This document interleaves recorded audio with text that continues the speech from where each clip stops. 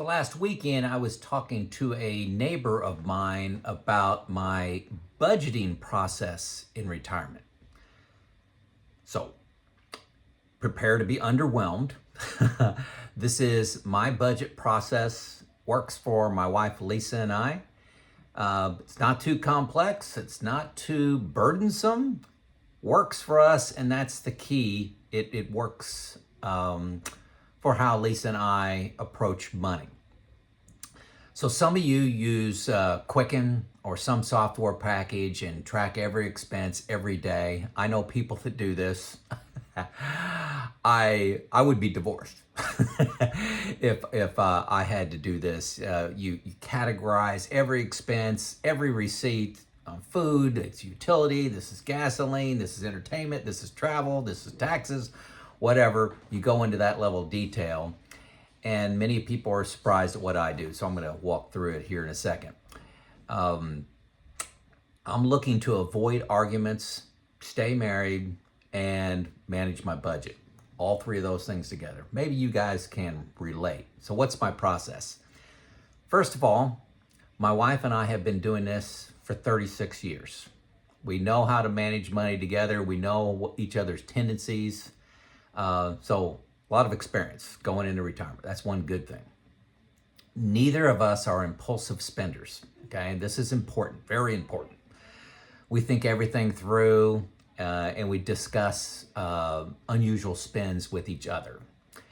Our fixed expenses like utilities, meat, food, all that's pretty standard, doesn't change much. It's well within our budget.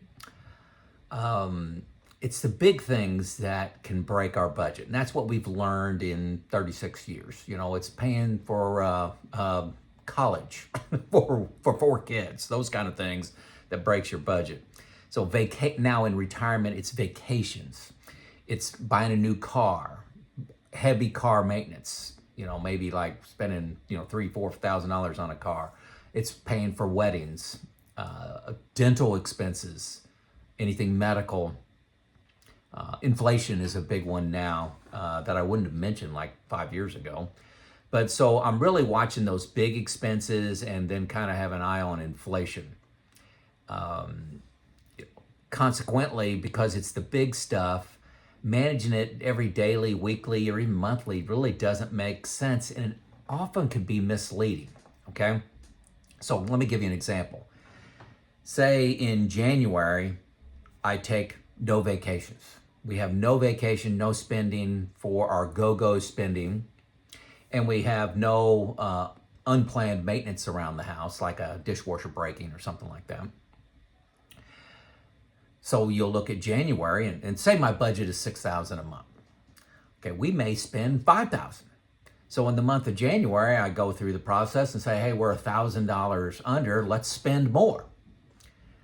Then February comes. In February, the dishwasher breaks and we go on vacation. We go to Washington State. That's where I just went in May. We go to Washington State for 2 weeks. Well then, but that $6,000 budget ends up being $9,000. So then January, you say you can spend more. February, we got to really tighten up and spend less. It can give you mixed signals. When you zoom out to look at 90 days, my process, look at 90 days, those bumps level out quite a bit. So that's why I have a 90-day, or I call it a quarterly review. So let's just walk right through that. So, and these are not my numbers. They're close, but they aren't my numbers. I wanted easy math in here. So, so I have a planned monthly expense of, say, $6,000 a month. That includes 1/12, 1 month out of 12, of my go-go spending. So say my go-go spending is, $1,000 a month or $12,000 a year. So it includes 1/12 of that. And it also includes $500 a month for unplanned expenses like unplanned dental expenses, a broken dishwasher. I mentioned that because it did break and I did just replace it, previous video. So $500 a month for stuff that happens that I couldn't put into my plan. Now, planned expenses, one-time expenses planned, are things like replacing the roof, replacing the furnace, things like that, kind of, or happen every 10 years, 15 years, 20 years. I put those in the plan. Car, those are one-time. One-time's not the right word, but that's what people call it. But this 500 is just like, my car went into the shop and it was $700, something like that. Didn't happen.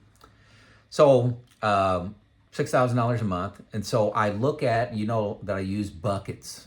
Bucket one money is money that I need now. This is like in cash or cash equivalents, like CDs or savings account or in a money market fund. And that's primarily what I'm looking at and living out of, okay? Bucket one. So I'm just going to talk about bucket one now. I do have bucket two, which is longer term money, like money I need in years 5, 6, 7, 8, 9. And then bucket three money is my long-term growth. Just back to bucket one right now. So I look at bucket one balance at day zero. So like at say January 1 of the year. And then 90 days later, I'm going to look at the balances of bucket one monies, where all that, total it all up. What is it? So I also look at income. Okay. So look at income during the quarter. Maybe it was from your, you got 3 pension payments. Maybe you had some interest in bucket one money, YouTube revenue, any part-time jobs you may have worked, a tax refund, watch that. I wrote a book and I get a little bit of book revenue every month. So whatever is coming in, you take note of that. And then you compare bucket one at day zero and bucket one at day 90 and compare that to your plan. So your plan, remember I said $6,000 times 3 months is $18,000. So $18,000 was what I expected bucket one to go down by, taking out income, okay? And compare the difference. Say the actual spend was $22,000, okay? $22,000 was the actual spend. My plan was 18. So then I'd look at, okay, hey, overspent by 4,000. Were there any special expenses during that time period? Yes, there were.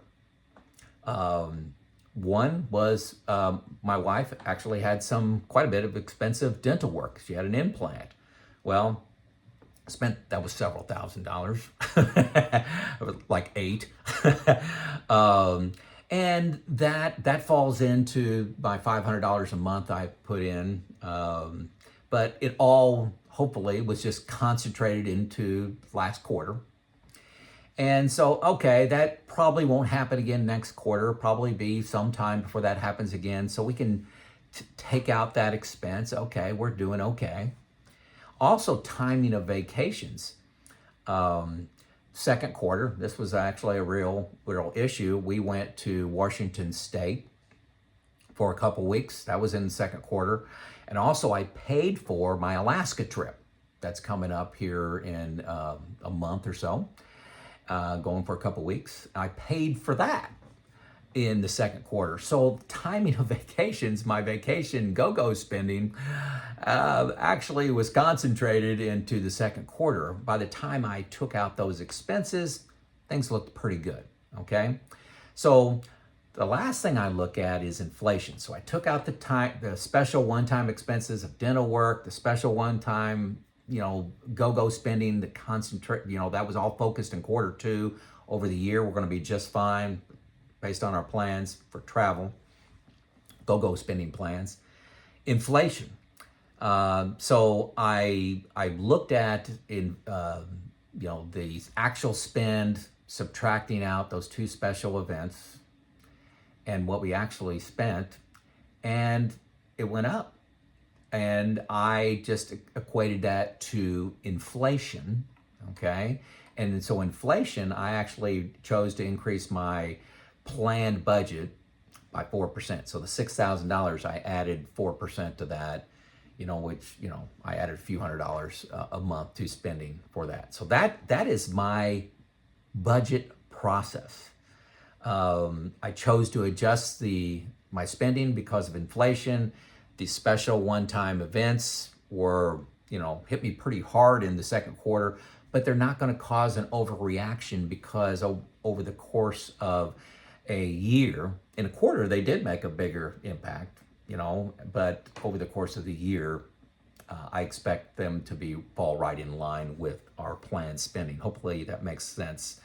That process takes me about an hour, and I just do it every 90 days. Now, my quarterly process that I have, the budget is just one piece of that. I also look at my 3 buckets, how much is in each bucket, bucket 1, 2, and 3. Each bucket has a designated purpose. This is not a bucket video, but each bucket has a purpose, and I make sure that bucket 1, bucket 2, and bucket 3 are all aligned to do their purpose. I got videos on that. I also deep dive into the fund performance, particularly my bucket 3, where most of my money is. I look at those funds, how are they doing, deep dive into them, how are they comparing to index funds, just a straight S&P 500. I do that little comparison. I also, the third thing I do is I go into, I think I'm on 3. I do my budget, my bucket analysis. I look at fund performance. I guess I'm on 4 now. I do new retirement. I go into that software package. I update all my balances. I do the Monte Carlo simulations. I look at my plans for managing taxes and Roth conversions. What's it suggesting to me? I also stress test the plan. I'd say 3 out of every 4 quarters, I'm stress testing my plan, which means I try to make it fail. I increase my spending from, like the example of $6,000 a month. I may increase that to $7,000, maybe increase inflation a little bit because I'm a little more concerned about that. What's that do to my plan? How does it fail? How do I bring it back into solving it? I may play around with Social Security timing, longevity, things like that, rates of return, to make it fail, and then I try to solve it again. So that's my quarterly process. The entire quarterly process takes me about 3 hours. The budget is about an hour of that. And that could be 30, 40 minutes, but I allow an hour to do that. What's important is this quarterly process gives me confidence to spend for another 90 days, where I'm not worried about money. I'm just living stress-free, living my life, spending money, going through the process of retirement, that stressful life that I have. I did do little work on my actual finances between quarters. I do spend a lot of time on education, trying to learn about a trust. Should I have a trust? Should I buy long-term care? I'm a YouTube junkie, just like a lot of you out there. I like understanding the whole process of retirement, and I'm a do-it-yourself investor. I do have a retirement group. I do have a financial advisor that I use that I don't pay assets under management fee to, but I like learning from others, and I like learning from reading and YouTube. YouTube's my main source, but that's basically what I do. What is your budgeting process in retirement? What do you do? And let us know in the comments to see if there's something that I can learn and others can learn from your best practice. Let's Joe out.